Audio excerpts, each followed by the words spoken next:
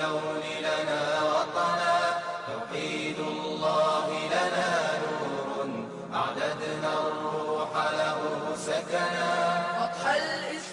Retrouvez votre émission Message de l'Islam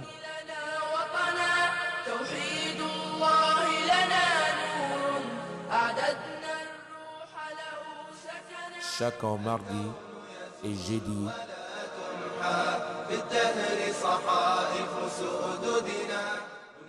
à 17h jusqu'à 18h Inch'Allah. Salam alaikum wa rahmatullahi wa barakatuh.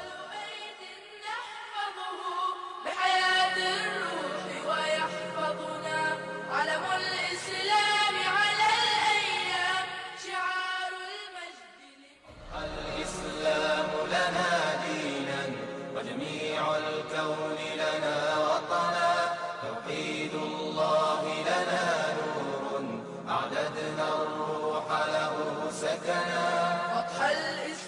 Retrouvez votre émission Message de l'Islam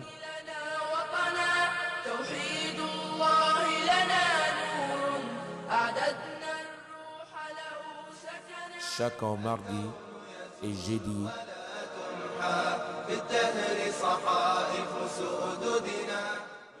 à 17h jusqu'à 18h Inch'Allah. Salam alaikum wa rahmatullahi wa barakatuh.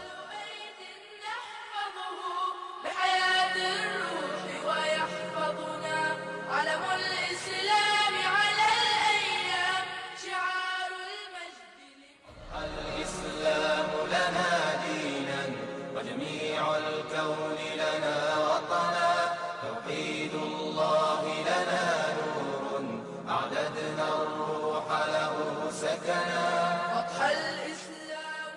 Salam alaikum wa rahmatullahi wa barakatuh. C'est votre émission Message de l'Islam présentée par l'imam Abdelaziz.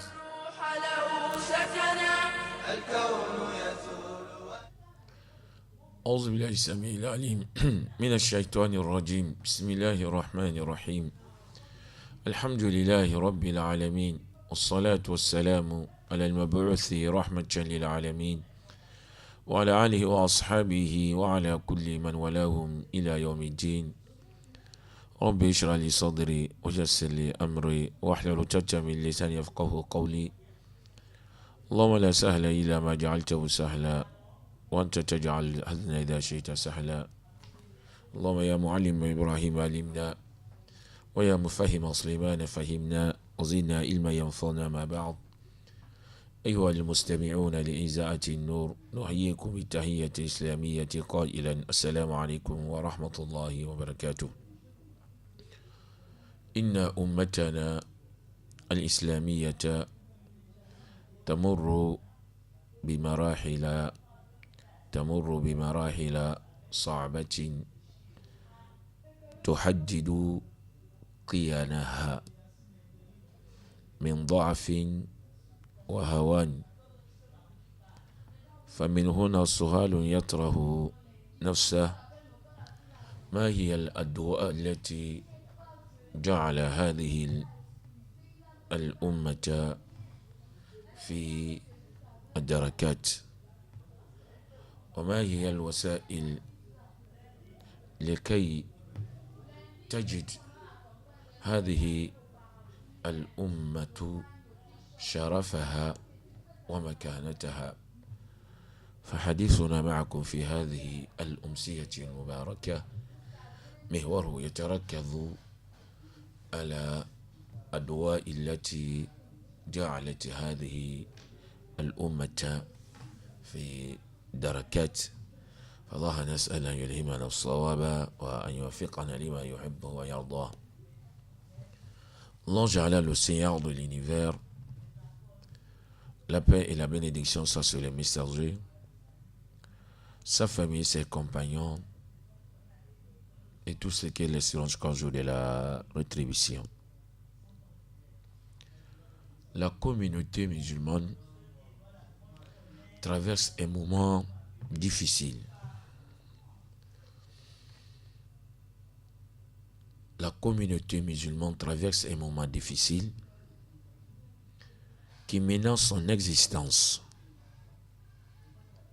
La communauté musulmane est devenue très faible. Mais il est demandé à chaque musulman de poser une question sur lui-même. Quelles sont les maladies qui a mis cette communauté dans la tentation? Quelles sont les causes qui ont mis cette communauté dans la tentation? Si nous regardons nos prédécesseurs, ils avaient atteint le sommet dans tous les domaines de la vie de ces Bamon. Mais nous, les musulmans aujourd'hui, nous traversons un moment difficile, critique. C'est pour ça qu'il est demandé à chaque musulman de poser une question sur lui-même. Quelles sont les maladies de cette communauté? Cela est obligatoire sur nous tous de les chercher. Et après de chercher les voies et les moyens à travers lesquels la communauté va se tenir debout et marcher. Cela est le devoir de chaque musulman. Cela est le devoir de chaque musulman. C'est pour cela notre causerie d'aujourd'hui, ça sera basé sur la maladie de cette communauté. La communauté est très grave malade. Mais il est demandé de chercher les causes de cette maladie et après de lui prescrire l'ordonnance. C'est pour cela aujourd'hui on va commencer de parler sur la maladie réelle de cette communauté. Il est bon aussi, lorsque on va parler les causes qui affaiblissent cette communauté, de ne pas parler sur les autres dedans, de parler sur l'état des musulmans eux-mêmes. De ne pas dire que c'est les autres, non. Le fainéant, les faibles, celui qui va coller son échec sur les dos des autres. À chaque moment, s'il a failli, il va dire c'est les autres qui ont fait, c'est les autres. En oubliant ses propres erreurs. Laissez les autres tranquilles. Regardons nous-mêmes nos erreurs et de chercher les voies et les moyens pour rectifier ces erreurs. Les choses qui ont mis la communauté musulmane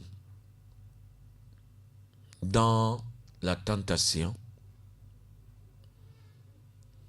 la première de ces choses-là,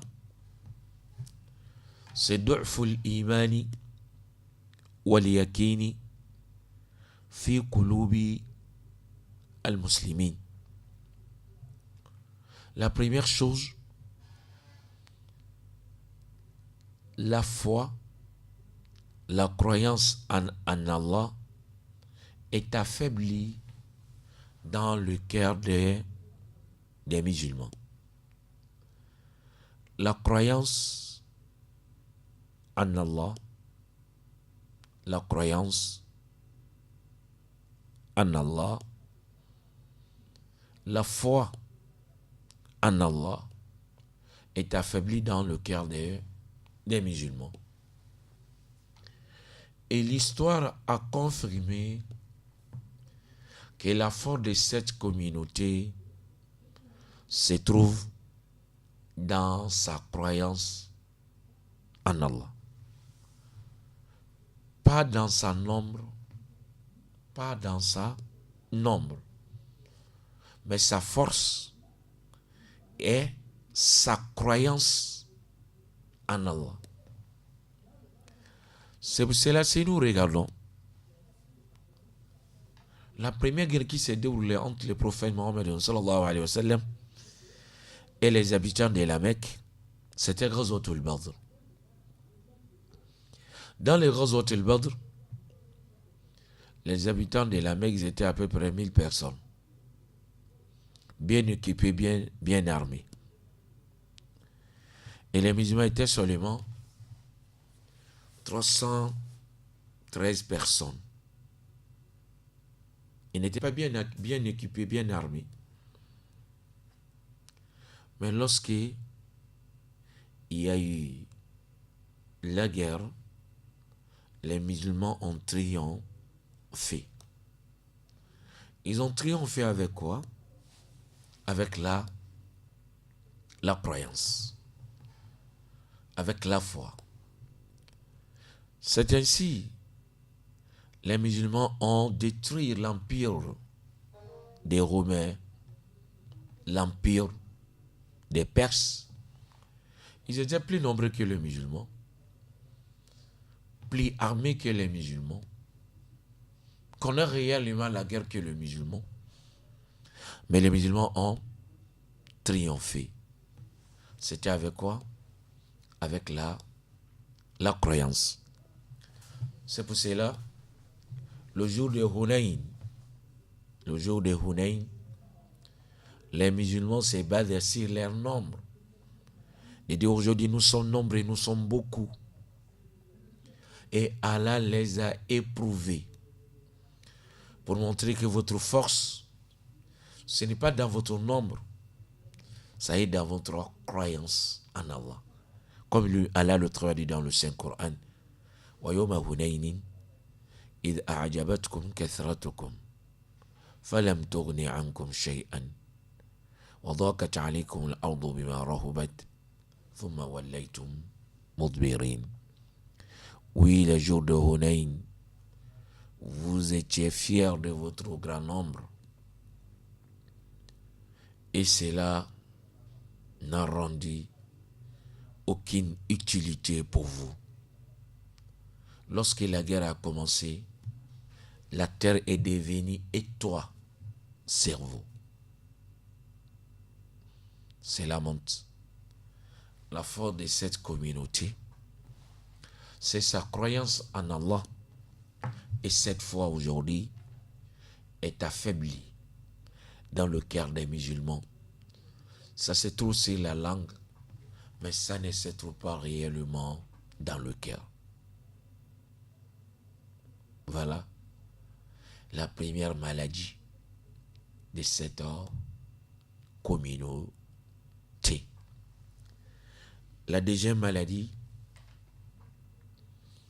tarakna sunnata rasulillahi sallallahu alayhi wa sallam. وقد انهزم المسلمون في غزوة البدر لأنهم خالفوا أمرا واحدا لرسول الله صلى الله عليه وسلم. ولذلك قال الله تعالى: فليحذر الذين يخالفون عن أمره أن تصيبهم فتنة أو يصيبهم عذاب أليم. La deuxième chose, nous avons laissé la tradition, le sunna, le chemin tracé par le prophète Mohammed sallallahu alayhi wa sallam. Les musulmans ont abandonné le chemin tracé par le prophète. Et ça, c'est parmi les causes qui affaiblissent cette communauté. Dans l'expédition de Uhud, les mécréants ont triomphé sur les musulmans Parce que les musulmans ont désobéi lors du prophète Mohammed sallallahu alayhi wa sallam. Les prophètes avaient demandé à certains groupes qui étaient 70 personnes de rester sur la montagne, de ne pas descendre jusqu'à ce qu'il va les donner l'ordre de descendre. Ils sont restés au début de la guerre. Mais pendant la guerre, ils ont trouvé que les musulmans ils ont déjà triomphé. Les Mécréens ont donné l'ordre d'entrer partir vers la Mecque. Ils ont dit entre eux, nous devons descendre. Les chefs ont dit non. Le prophète a dit jusqu'à ce qu'il va nous donner l'ordre. Ils ont dit non. La guerre est déjà finie. Et les majorités ont pris la décision pour descendre. Et la conséquence était néfaste. Les mécréants ont triomphé sur les musulmans. Pourquoi? Parce qu'ils ont désobéi l'ordre du prophète Mohammed sallallahu alayhi wa sallam. Et nous, les musulmans d'aujourd'hui, nous avons désobéi combien des ordres du prophète Mohammed sallallahu alayhi wa sallam? Nous avons désobéi combien des ordres du prophète Mohammed sallallahu alayhi wa sallam? Certains moments, tu dis le musulman, le prophète a demandé de faire ceci. Oh ben, le prophète a fait cela. Il te pose la question, c'est sunna ou bien c'est wajib?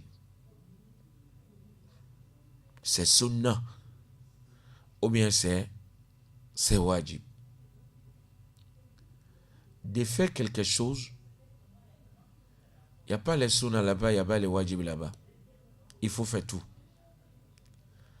Mais lorsque tu vas laisser une chose par l'incapacité, ou par une autre cause, maintenant on peut regarder si c'était wajib ou bien c'était le sunna. Mais le moment où on te demande de faire, il est demandé de faire tout ce que le prophète a fait. Tout ce que le prophète a recommandé de le faire.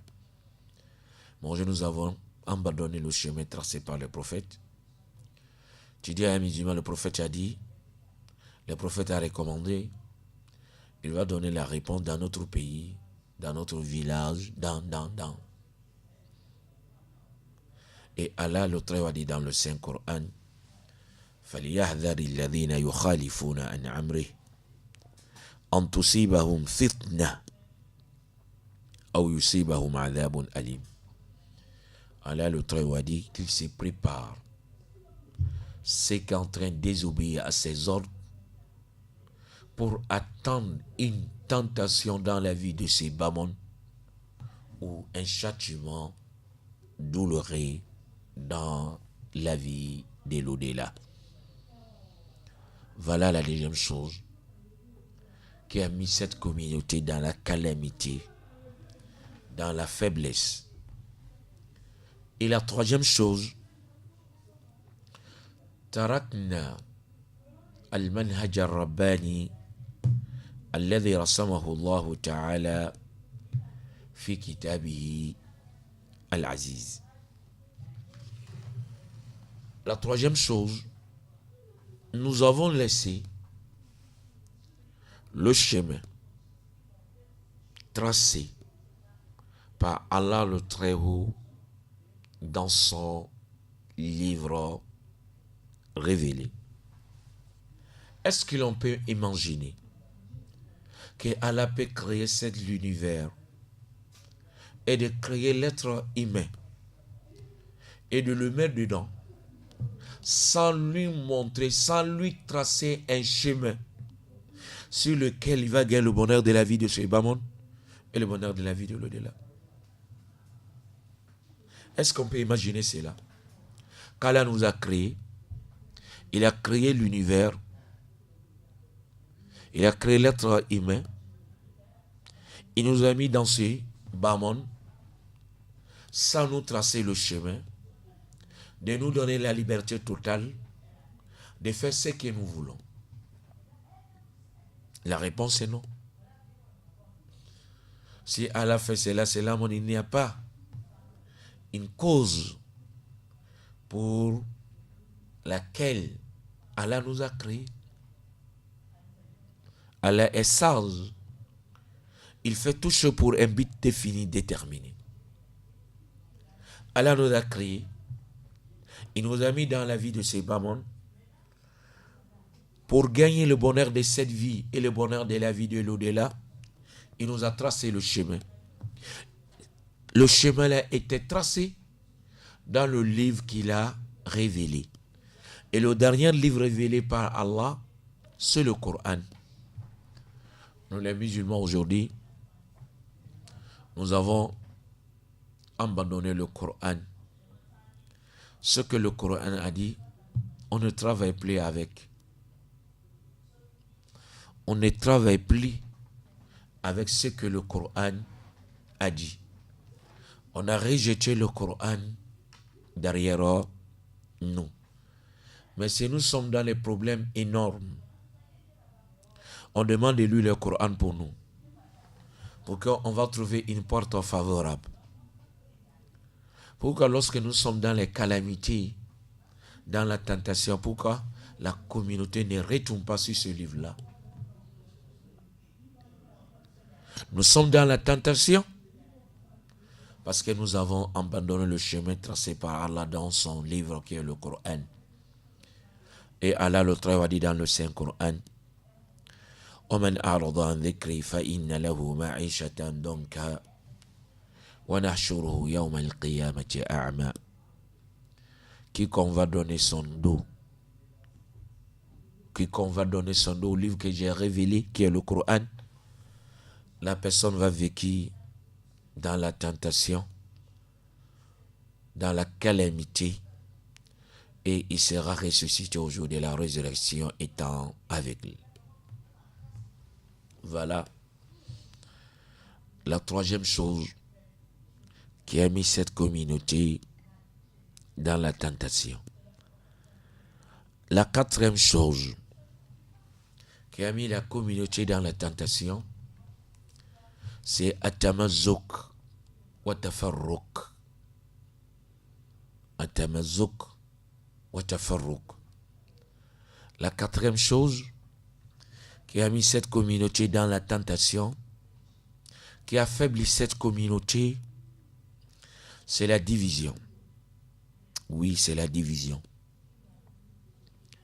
La communauté est divisée. Et cette division aussi a affaibli la communauté musulmane. C'est pour cela, si nous regardons dans l'histoire de l'islam jusqu'à nos temps aujourd'hui, si les autres communautés ont dominé les musulmans, ont triomphé sur les musulmans, tu trouveras les musulmans de cette époque étaient divisés. Les Tatars et les Mongols ont triomphé sur les musulmans. De rentrer à Bagdad, qui était la capitale de l'islam, de faire descendre le Amir al-Mu'min, le chef des croyants, les khalifas, et de l'égorger. Cela était fait. Et les musulmans de cette époque étaient divisés. Mais pour contrecarrer cette domination, il y avait un brave qui s'appelle Qataz. Il a réunifié les rangs des musulmans. Puis, il a vaincu les Tatars. Puis, il a triomphé sur les Tatars. Pour montrer, si nous lisons l'histoire des musulmans jusqu'à aujourd'hui, si les autres ont triomphé sur les musulmans, les autres communautés ont triomphé sur les musulmans, sache que les musulmans sont divisés.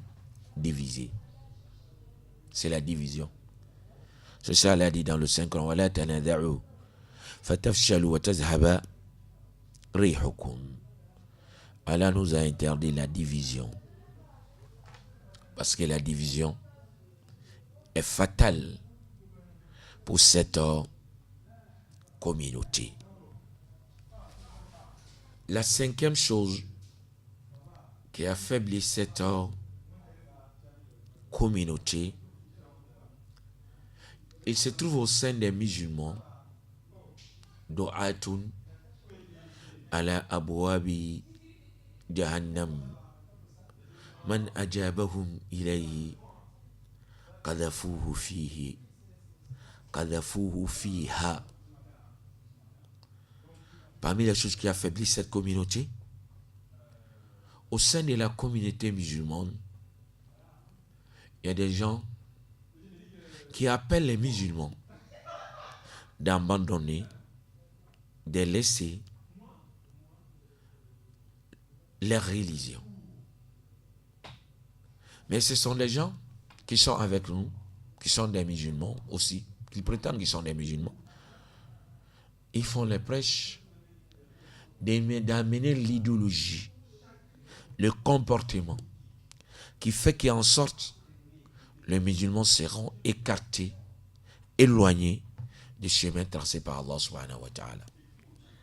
Le prophète un jour il a parlé sur ces gens-là. Il a dit du'atun ala abwabi jahannam. Il a dit dans certains moments on va trouver des gens qui appellent les gens vers le feu de l'enfer. Celui qui va répondre leurs appels, ils vont le jeter dans le feu de l'enfer. Les compagnons des prophètes ont demandé au prophète, il faut les définir pour nous. Il a dit qawmun min jildatina wa yatakallamuna bi alsinatina. Il a dit ce sont les gens qui sont comme nous. Qui sont comme nous, ils sont des musulmans. Ils prétendent qu'ils sont comme des musulmans. Ils parlent les mêmes langues comme nous aussi. Oui, on va trouver les propagandistes au sein des musulmans qui appellent les musulmans vers l'idéologie fausse, l'idéologie qui va les conduire vers les feux de l'enfer. Et cela aussi affaiblit cette communauté. Parmi ces moyens encore qui affaiblissent la communauté musulmane, c'est hubbu dunya wa karahiyatul maut, de aimer la vie présente et de détester la mort. De aimer la vie présente et de détester la mort. Un jour, le prophète sallallahu alayhi wa sallam a dit dans un hadith que yushuku an tada'a alaykum al-umamu kama tada'a al-aqalatu ila qas'atiha. فقال قائل أمن كلة نحن يومئذ قال لا بل أنتم كثير ولكنكم غثاء كغثاء السيل ولينزعن الله من قلوب عدوكم المهابة منكم وليقذفن في قلوبكم الوهن. قال قائل يا رسول الله ما الوهن؟ قال حب الدنيا وكراهية الموت. Le prophète a dit dans un hadith que les communautés vont se réunir pour combattre les musulmans. La manière que les termites se réunissent de manger leur repas. La manière que les termites se réunissent de manger leur repas. Les termites se réunissent de manger leur repas. Lorsque le prophète a dit cela, l'un de ses compagnons lui a posé la question. Ces jours-là, les musulmans ne sont pas nombreux. Il a dit non. Les musulmans sont nombreux. Mais ils sont comme les ordures qui survolent sur les flots. Ils sont comme les ordures qui survolent sur l'eau. Ils sont beaucoup, mais ils n'ont aucune force. Et le prophète a dit, ces jours-là, Allah va enlever la peur qui se trouvait dans le cœur de vos ennemis en vis-à-vis de vous. Allah va enlever cette peur-là dans leur cœur. Il va placer dans votre cœur Al-Wahan. Ils ont posé la question sur le prophète. Qu'est-ce que le Wahan? Le prophète a dit le Wahan, c'est d'aimer la vie présente et de détester la mort. Lorsque les musulmans vont aimer cette vie, de le chercher, la main que les non-croyants le cherchent, ou bien de faire les choses que les non-croyants le font pour chercher, dans ce moment aussi, les autres aussi vont les dominer.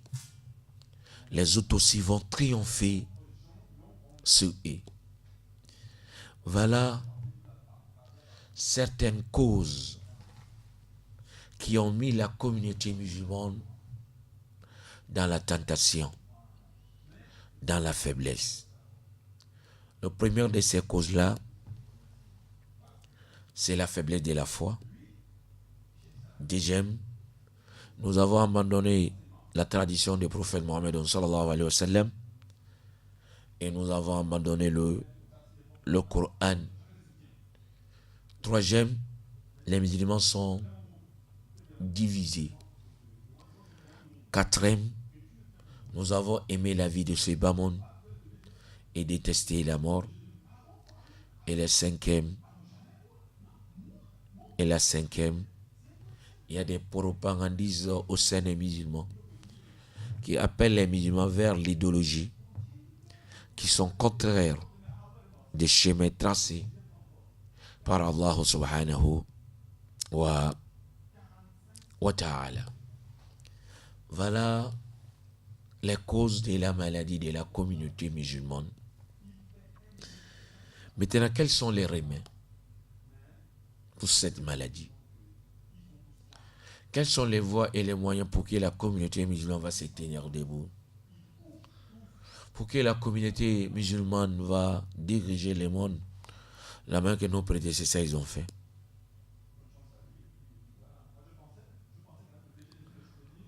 Le moyen est très facile. Si nous le faisons, Inch'Allah, nous serons comme nos prédécesseurs. On va arriver à la place que nos prédécesseurs ils ont gagnée. Quel est ce moyen-là? Le moyen est très facile. Il s'agit de croire en Allah, la croyance réelle qui va nous pousser de bien adorer Allah, de suivre le droit chemin et de laisser les interdictions. Avoir la foi réelle en Allah, la croyance réelle en Allah. C'est ça qui est la force de cette communauté. C'est ça elle a dit. Ya ayyuhalladhina amanu in tansurullaha yansurkum wa yuthabbit aqdamakum. Il a dit encore walillahi al-izzatu wa li rasulihi wa lil mu'minina walakinna al-munafiqina la ya'lamun. Il faut regarder ces preuves dans le Saint-Coran. Tu vas bel et bien comprendre que la force de cette communauté c'est tout dans sa croyance.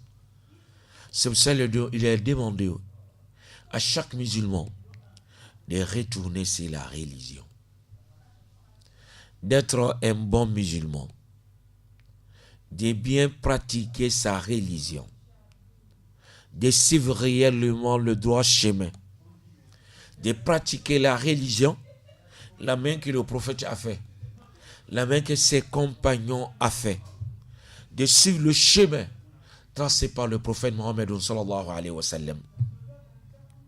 C'est ça qui est la force de la communauté. Retournons sur le chemin tracé par le prophète. Si nous avons la certitude qu'il est le meilleur prophète, si nous avons la certitude qu'il est le meilleur créature d'Allah subhanahu wa ta'ala, si nous avons la certitude que Allah lui a envoyé pour nous appeler vers son adoration, il est obligatoire sur nous de retourner, de pratiquer cette religion, la même que le prophète a pratiquée. Tout ce que tu vas dire, que telle personne était telle, mais cherche que la place du prophète Mohammed sallallahu alayhi wa sallam se trouve au-dessus de sa place. Ceci est obligatoire sur nous tous de suivre le chemin tracé par le prophète Mohammed sallallahu alayhi wa sallam. C'est pour cela, lorsque ses compagnons lui a demandé de leur donner un testament, il a dit fa'alaykum bi sunnati wa sunnati al-khulafa'i ar-rashidin al-mahdiyyin. Je vous demande de suivre ma tradition, de suivre le chemin que j'ai tracé. Si la communauté musulmane veut le bonheur, si la communauté musulmane veut récupérer sa place, si la communauté musulmane veut que les autres communautés les respectent, il est obligatoire sur nous de retourner sur cette religion, de pratiquer la manière que le prophète et ses compagnons ont pratiqué, de comprendre cette religion, la manière que le prophète Mohammed sallallahu alayhi wa sallam et ses compagnons, ils ont compris. C'est ça qui est la force. Si nous voulons récupérer nos places, retournons sur la religion. Pas la religion, la manière, comme on dit, la religion de chez nous, non. Ou bien la religion de... Non. On veut la religion telle que le prophète a enseigné, telle que le prophète a montré. Oui, c'est ça qui est la force de cette communauté. Il n'y a pas de l'islam. Il y a l'islam qui était enseigné par le prophète. Si on veut le bonheur, il est obligatoire de retourner sur l'islam-là. L'islam réel qui était enseigné par le prophète Mohammed sallallahu alayhi wa sallam, que le prophète a enseigné à ses compagnons, que les compagnons aussi, ses compagnons, ils ont enseigné cela aux autres, jusqu'à cela est arrivé à nous aujourd'hui. Il est demandé à nous tous de suivre, c'est l'islam-là. C'est ça qui est la force de cette communauté. C'est ça qu'Allah a dit, in tansurullaha yansurkum. Lorsque on va soutenir la religion d'Allah, de suivre les droits chemins, Allah nous fera triompher. Nous demandons à Allah le Très-Haut de nous faciliter, de retourner sur cette religion, de les pratiquer la manière que le prophète a pratiqué, la manière que le prophète l'a enseigné. Et c'est ça qui est la force, de laisser les cercles, les chemins, de dire nous sommes de tel groupe, nous sommes de ceci, nous sommes de cela. Mais il est bon de suivre le chemin tracé par le prophète. C'est ça qui est la religion réelle. Nous demandons à Allah de nous faciliter cela. Voilà notre conversation d'aujourd'hui. Wa sallallahu ala rasulina Muhammadin sallallahu alayhi wa sallam. Wa akhiru da'wana anil hamdulillahi rabbil alamin. الإسلام لنا دينا وجميع الكون لنا وطنا توحيد الله لنا نور أعددنا الروح له سكنا. C'était votre émission Message de l'Islam présentée par l'imam Abdelaziz Keita. Assalamu alaikum wa rahmatullahi wa barakatuh. الكون يزول ولا تنقضي